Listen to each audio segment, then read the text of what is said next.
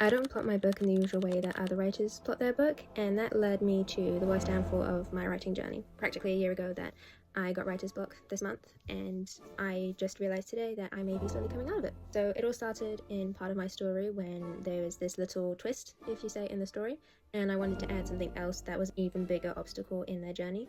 And initially it was such a good idea, I enjoyed it so much. I brainstormed all these different things, added things to the characters, created a whole new character which was very fun to write. It was going really well to start with. But then I kind of got stuck in this place, this new idea, and I didn't know how to get out of it. I didn't know how to make the story continue going forward. I didn't know what to do with the characters, everything just seemed stuck. Anytime I tried to write again, it was such an effort. The words didn't come as freely as they used to, and anytime I read back on it, it made me feel good about the way I wrote things, or my style, or my book in general.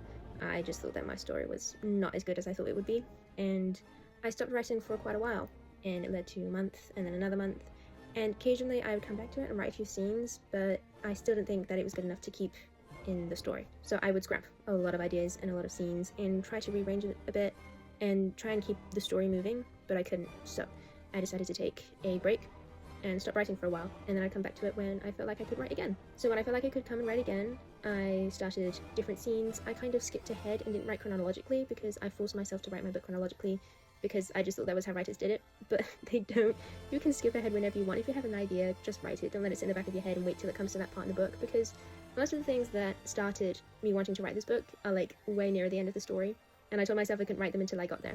So that kind of left me being stuck and not wanting to write when I had all these good ideas. But I did skip ahead. I wrote scenes that were more of in the future, and it made me feel good about writing again. It made me feel more creative. Words came more freely, and my style kind of evolved into something better and was less clunky, and dialogue didn't feel really stupid, and the characters suddenly weren't themselves.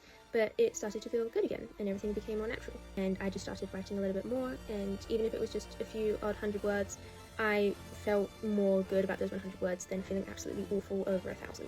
So little bit by little bit, I just started writing more, and it made me feel good about myself again and the story and my original ideas. So today when I was writing again, I finally found a way for my characters to get out of their stuck position, and I now know how I can move my story forward, and hopefully I can get it done by the end of this year, and then start draft 2 and read through all of it again.